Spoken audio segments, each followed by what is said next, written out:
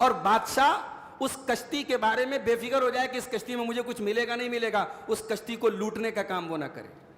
اور وہ کشتی کچھ غریب لوگوں کی تھی. اس سے یہ پتا چلا کہ غریب صرف اسی کو نہیں کہتے جس کے پاس کچھ نہ ہو. ہمارے یہاں غریب کی ڈیفینیشن کیا ہے؟ اگر کسی کے پاس مکان ہے تو وہ غریب نہیں ہو سکتا. کسی کے پاس اگر اچھا کپڑا وہ پہننا ہے تو صاحب وہ غریب نہیں ہو سکتا. یہ غریب کی ڈیفینیشن نہیں ہے. جو بھی انسان اپنی ضروریات پوری نہ کر سکے، اپنی بیسک نیڈز پوری کرنے کی اس کے پاس کیپیسٹی نہ ہو، وہ مسکین اور غریب ہے. ان لوگوں کے پاس کشتی تھی مگر غریب تھے. اور یہ بھی پتا چلا کہ اگر کسی دوسرے کے مال میں کسی بڑے نقصان سے بچانے کے لیے آپ کو کوئی کام کرنا پڑے، کوئی چھوٹا نقصان کرنا پڑے تو کیا جا سکتا ہے. کسی کے گھر میں آگ لگی ہے، اب پورا گھر جل رہا ہے.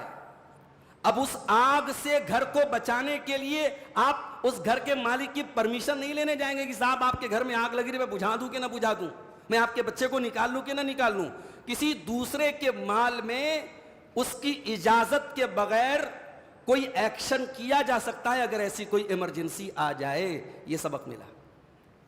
ظاہر ہے کشتی حضرت خضر کی تو نہیں تھی، کشتی تو ان غریبوں کی تھی، مگر چونکہ آگے ایک بڑا لاس ہونے والا تھا، آگے ایک ظالم بادشاہ تھا، اس لیے حضرت خضر نے کہا کہ میں نے کشتی کا تختہ نکال دیا. وَأَمَّا الْغُلَامُ فَكَانَ أَبَوَاهُ مُؤْمِنَيْنِ فَخَشِينَا أَن يُرْهِقَهُمَا طُغْيَانًا وَكُفْرًا. اور کہا کہ اے موسیٰ، جس بچے کو میں نے قتل کیا تھا اس بچے کے ماں باپ مومن تھے اور بچہ آگے چل کر کے کافر ہونے والا تھا، اپنے ماں باپ کے لیے بہت بڑا عذاب بننے والا تھا. بچہ اگر زندہ رہتا اپنے ماں باپ کے لیے بہت بڑی مصیبت اور آزمائش بننے والا تھا. اللہ تبارک و تعالیٰ کے حکم سے میں نے بچے کو قتل کر دیا. فَأَرَادَ رَبُّكَ فَأَرَدْنَا أَن يُبْدِلَهُمَا رَبُّهُمَا خَيْرًا مِّنْهُ زَكَاةً وَأَقْرَبَ رُحْمًا. اللہ کے حکم سے میں نے یہ کام اس لیے کیا تاکہ اللہ تعالیٰ اس بچے کی جگہ دوسرا بچہ ان کو دے جو نیک بنے اور ماں باپ کے ساتھ رشتہ جوڑنے والا بنے. اب ذرا غور کیجئے میرے بھائی، وہ بچہ جس دن پیدا ہوا رہا ہوگا اس کے ماں باپ خوش ہوئے ہوں گے کہ نہیں ہوئے ہوں گے؟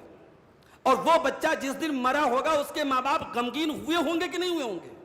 لیکن یہ اللہ کو پتا تھا کہ اس بچے کا پیدا ہونا اس کے ماں باپ کے لیے کوئی اچھی چیز نہیں تھی، اور اس بچے کا مر جانا اس کے ماں باپ کے لیے خیر کا سبب تھا. یہ ہمیں نہیں پتا تھا، یہ اللہ کو پتا تھا.